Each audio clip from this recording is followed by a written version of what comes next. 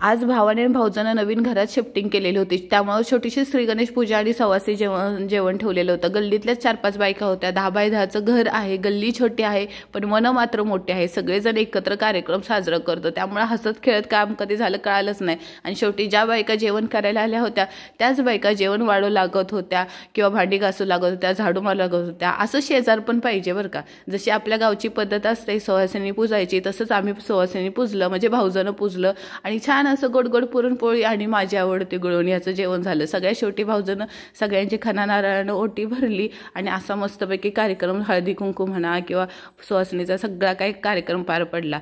आता ह्या घरात शिफ्टिंग करायचं आहे। मला माहिती आहे की तुम्हाला भाऊजाच्या घराचा होम टूर बघायचं आहे, पण नक्कीच पुढच्या व्हिडिओमध्ये मी माहेरी गेल्यानंतर छान असा सगळं सामान वगैरे लावलं ना, छान असा होम टूरचा व्हिडिओ बनवेन। आणि रात्री 11-12 वाजता भाऊ मला सोडायला आला आणि अर्ध्या रस्त्यात माझे कारभारी मला न्यायला आले। असा कार्यक्रम झाला।